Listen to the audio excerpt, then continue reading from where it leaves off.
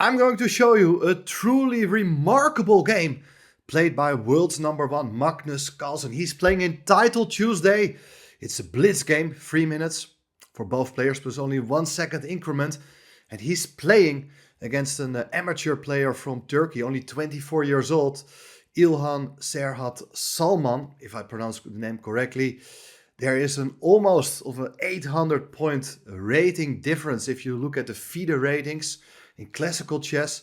But nevertheless, this game, it really has something absolutely bizarre. And well, it starts already on move 1 as Magnus Carlsen is trolling with his opponent, starting off the game with the move 1 knight h3. This is what you're not supposed to do, guys.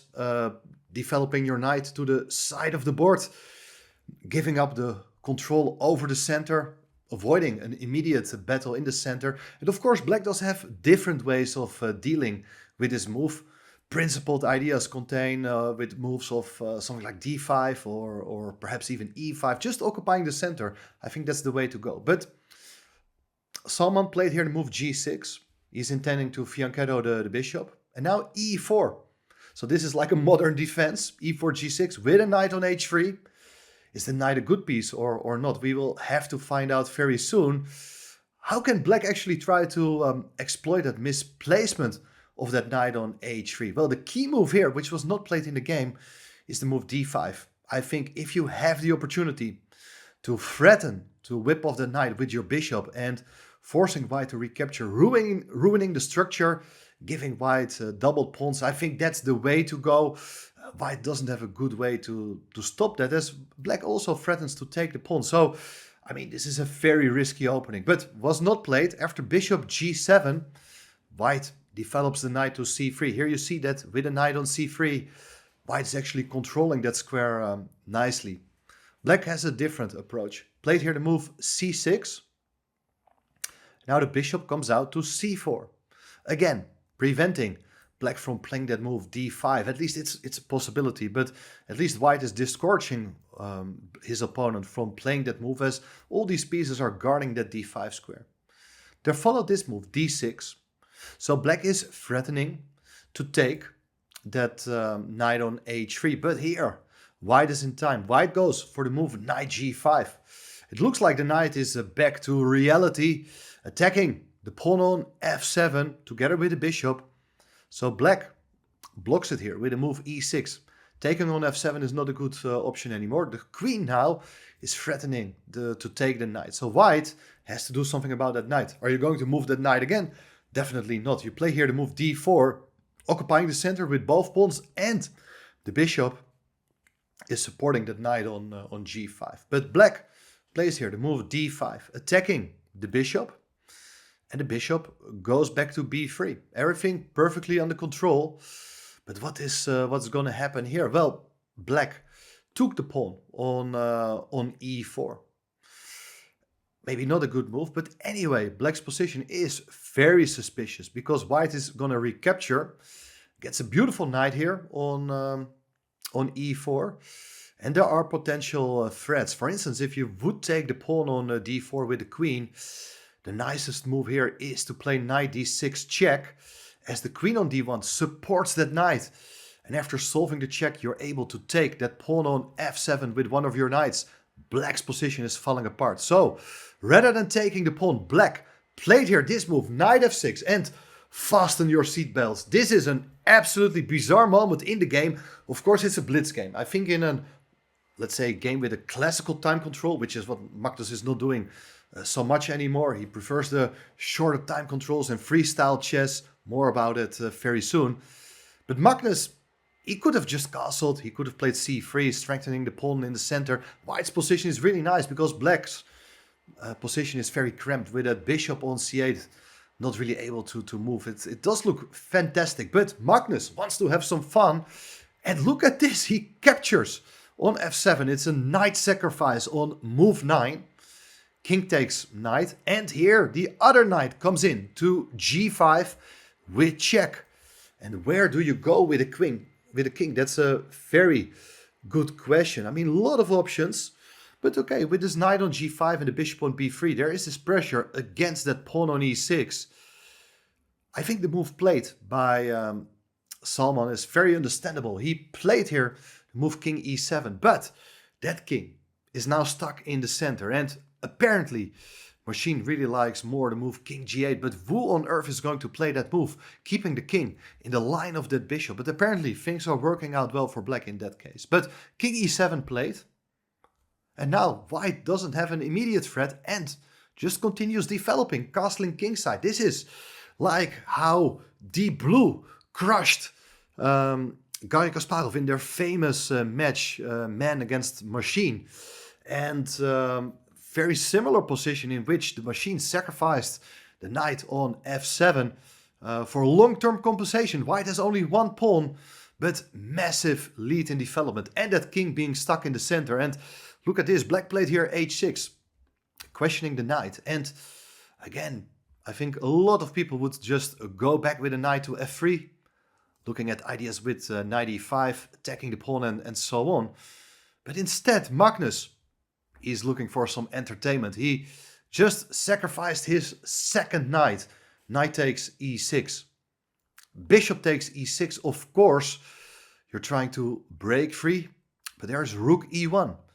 White is attacking the bishop on e6. How to deal with that? Only one good move. You cannot protect the bishop in a good way, but there is this option to interfere with a knight on d5 so that the bishop no longer hits its counterpart on e6. But that motivates white to get in another piece. Queen g4 attacking the bishop. The bishop, of course, cannot take. Look at that pin down the e-file. So this is another huge threat. And, well, black goes for the move queen g8, protecting the bishop. Looks like black is doing pretty well here with two pieces. And there's not much compensation. Of course, white is having two pawns for it, but usually two pieces, that's a little bit too much. But anyway, in such situations, one small piece of advice is to keep the pressure on your opponent. There's this move c4, attacking the knight. Very important move. If you just carelessly move the knight away, then white is able to follow it up with d5. And, well, this is just crushing. You cannot take everything on d5, because at the end the bishop takes and the bishop on e6 is hanging. Well, you see, knight cannot really go back to c7, but therefore the knight went to f6 to attack the queen, which does slow down white's initiative. The queen got to move here again. And well, Magnus captured pawn number 3. Queen takes g6, looks nice. There are no immediate threats, but how should black continue? It's not an easy position with the king stuck in the center. There are usually two ideas you can think of. Either run away with the king or try to slow down the opponent's initiative by offering the exchange of pieces. Well, one of these ideas here is king d8 to run away with the king. Was not played. It's a very important move. The tactics are not working in white's favor. King d8 was not played, but let me show you this. If you do take on e6 with the idea that after queen takes, there is queen takes g7, you may have some compensation. Well, it's just a back rank made on e1. That's not going to work. So therefore, king d8 is the way to go, and black is, objectively speaking, winning. However, the other approach was chosen by Salman, as he opted here for the move queen f7. I mean, such a logical move, right? Getting the queen away from the back rank, attacking the queen on g6, offering the exchange of pieces. And well, very soon you can move the rook, you can draw back with your king. And looks like black is in time to consolidate his position. However, it's white's turn, and Magnus stands up here with another sacrifice on move 17. It's rook takes e6, crushing rook sacrifice. I mean, beautiful idea. There are two possible captures. If you do take with the queen, was not played. We look very soon at the alternative king takes rook. There's queen takes g7, check. And well, the king cannot go to a good square. If you go back to d8, it's queen takes h8 with check. And there's no time for black to deliver this back rank mate again. So no king d8. If you do block with the queen on f7, there's also queen takes h8. And there's no longer the threat down the e-file. So the last option for the black king is to go to d6, but that does allow very cute checkmate with a pawn, c4, c5, attacking the queen, but it's actually checkmate. That's much more important here, guys. Checkmate with a pawn as the queen covers the remaining squares on the 7th rank. Back to the game. After rook takes e6, the only move is king takes, but now, again, discover check with your pawn, c4, c5, opening up the diagonal for the bishop. It's a check. You're not allowed to move the knight to d5 because the knight is pinned. So that means the king has to move again. King e7. There's queen takes f7. Now it's just game over. You're picking up the queen. After king d8, you capture another piece. On g7, everything is hanging. And that's not something you're going to play on forever against Magnus Carlsen. So, very remarkable game. I would definitely not recommend you guys to try to copy his play this move knight h3. It's a ridiculous move. But anyway, I thought that the tactics we got to see in this game, with the black king being stuck in the center while trying to prove compensation for the piece, it was just a really spectacular game. And of course, Magnus will only play this against much lower rated opponents. He understands if he plays this against Abdusattorov, against Gukesh, against Caruana, well, he has no chance of course. They will refute these sort of ideas. But against low-rated players, it can be a really fun way of playing, of course. So I hope you did enjoy this very spectacular miniature Magnus Carlsen winning in 20 moves. Hopefully it gives you some more inspiration. And if you do like this video, the only thing you have to do is subscribe to this channel. And then I will see you very soon again. Thanks for watching.